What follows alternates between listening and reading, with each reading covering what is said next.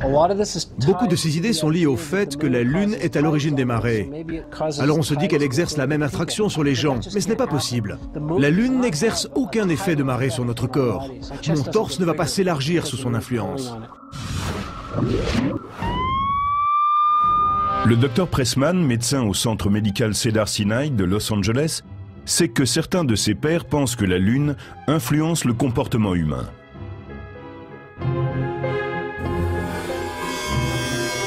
Les médecins qui pensent que la Lune affecte nos corps et notre comportement en arrivent à cette conclusion sur la base de leurs observations. Mais celles-ci peuvent être complètement faussées. Elles peuvent dépendre de la situation et ne rien signifier d'autre que le fait que quelqu'un ait observé quelque chose. Pour Pressman, ces déclarations pourraient relever d'un a priori basé sur des expériences personnelles. Si vous vous intéressez à ces témoignages, vous vous apercevez qu'aucun mécanisme évident ne permet de démontrer l'influence de la Lune sur les souffrances des patients. Pourtant, certains cliniciens intelligents, tout comme des observateurs attentifs, continuent à avoir une relation entre ces phénomènes. Le comportement d'un individu est influencé par ce qu'il croit. Si certains sont convaincus qu'il existe une relation magique avec la Lune, il est fort possible que cela affecte leur comportement. La question de savoir si la pleine lune a un impact mesurable sur le corps et l'esprit humain continue à faire débat et à perpétuer toute une mythologie autour de cet astre. D'autres légendes entourent notre voisine la plus proche, même si tout le monde n'arrive pas toujours à voir l'homme dans la lune.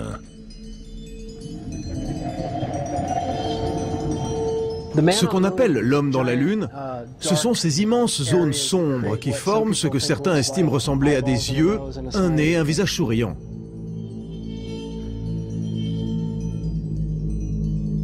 Laissez-moi commencer par vous dire que je n'ai jamais vu l'homme dans la Lune. Et si certains y arrivent, je pense que c'est à travers leur créativité et leur subjectivité. La Lune a longtemps été le support de rites et de mythes, mais ce qu'on croit y voir est uniquement dans le regard de l'observateur. Nombre de cultures n'y voient pas un homme. Beaucoup ont opté pour un lapin. Mais il y a d'autres interprétations. Mais tous ceux qui regardent là-haut, vers la Lune, peuvent y voir des zones sombres et d'autres plus claires. Et il ne s'agit pas d'une illusion, mais de véritables montagnes et vallées.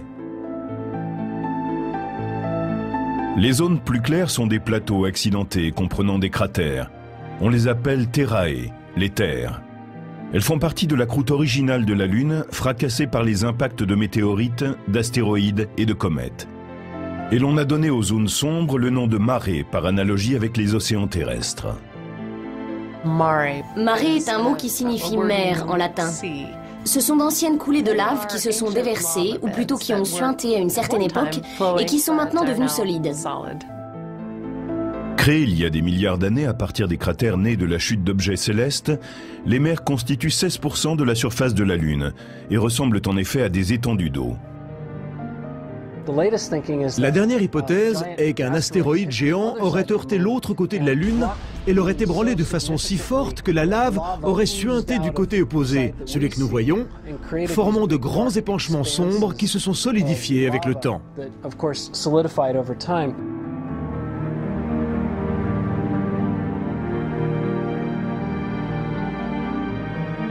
L'ancienne activité volcanique a dessiné ce contraste entre les zones lumineuses et les zones sombres, et a créé une image dans laquelle certains voient un visage humain.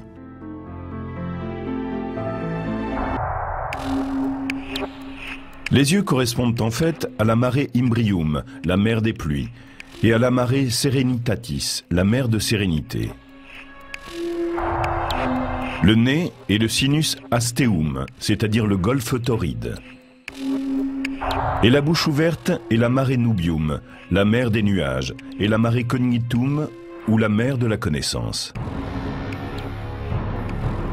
Voir un homme sur la Lune est peut-être une façon d'essayer de comprendre son mystère et comment nous lui sommes étroitement liés. Les civilisations ont été fortement influencées par les énigmes de la Lune. Autrefois, le calendrier, l'agriculture, les mathématiques et l'astronomie prenaient appui sur les différentes phases lunaires.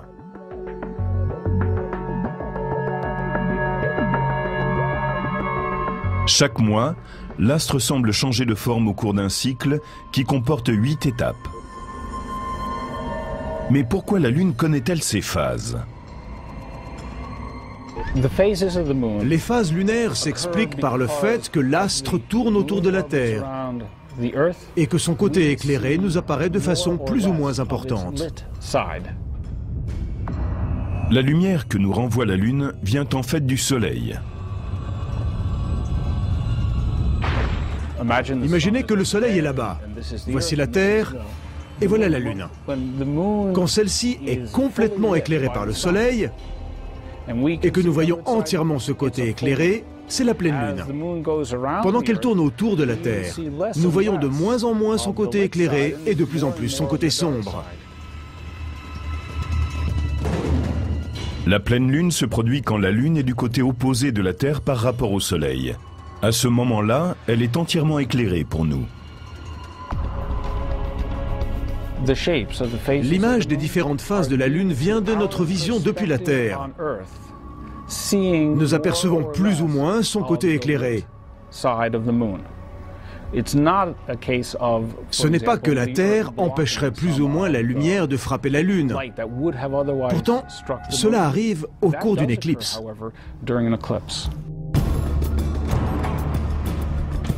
La vision que nous avons depuis la Terre peut parfois nous jouer des tours.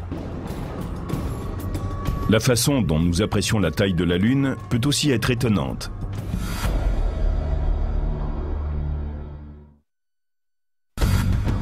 Certains des mystères lunaires sont difficiles à comprendre lorsque nos yeux nous disent une chose et la science une autre.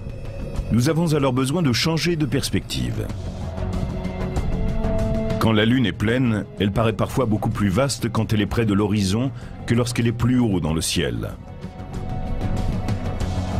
Certains observateurs estiment qu'elle semble être 50 à 75% plus grosse au moment où elle fait son apparition. Mais la pleine Lune est-elle vraiment plus large quand elle est proche de l'horizon? Mes amis pensent tous que la Lune est plus grosse quand elle est à l'horizon. Et moi aussi je le pense. Qu'est-ce qui peut la rendre apparemment aussi différente?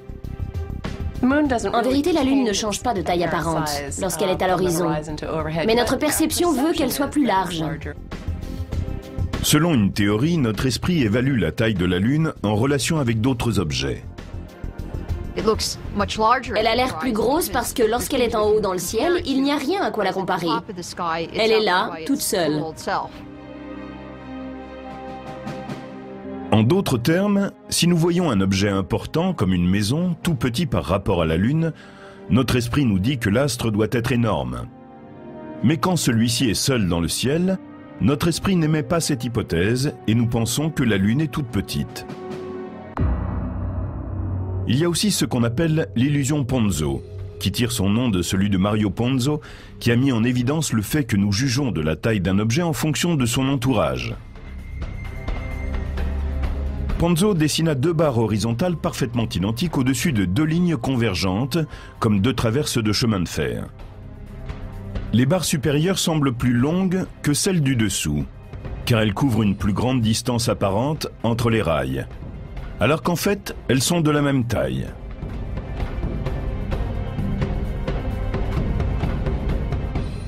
Sortez avec un crayon au moment où la Lune est en train de se lever.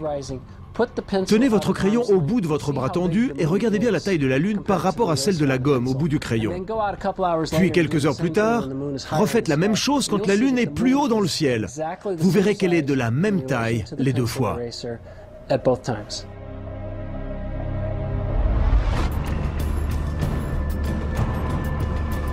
La Lune nous joue peut-être des tours quand il s'agit de juger de sa taille. Mais ses effets sur notre planète n'ont rien d'imaginaire.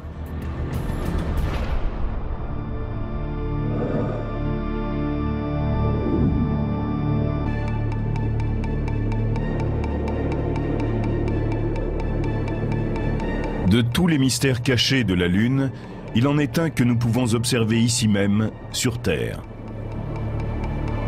Il s'agit sans doute du phénomène le plus important attribué à l'influence de la Lune. Là où nous sommes sur Terre, les marées semblent être simplement des moments de la journée où la mer avance ou se retire. Mais il s'agit d'un effet de l'interaction gravitationnelle entre la Lune et la Terre. Quand la Lune passe devant nous, elle attire l'océan et le fait monter plus haut. Pour nous, c'est la marée haute.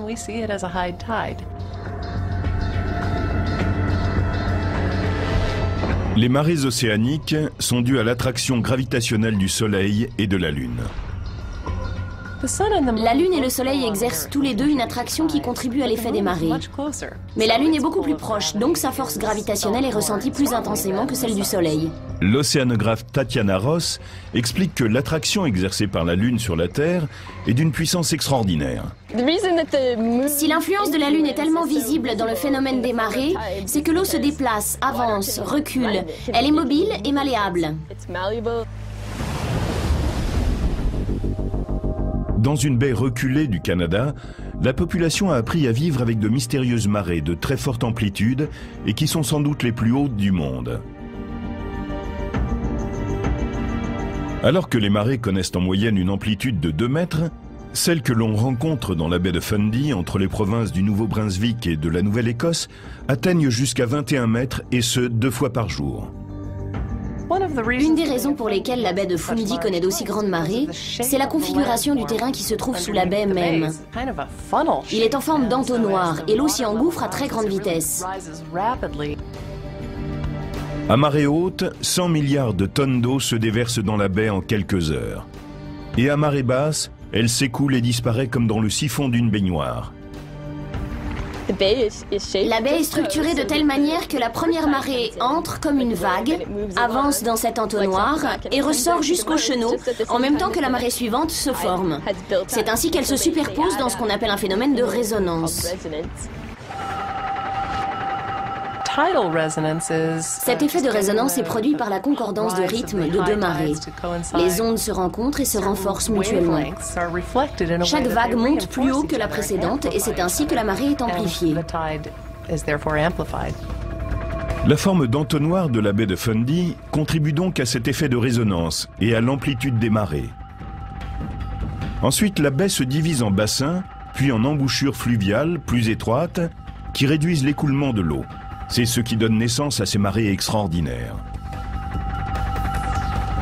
Les marées sont un témoignage supplémentaire de ce qui nous lie à la Lune. Mais il y en a d'autres.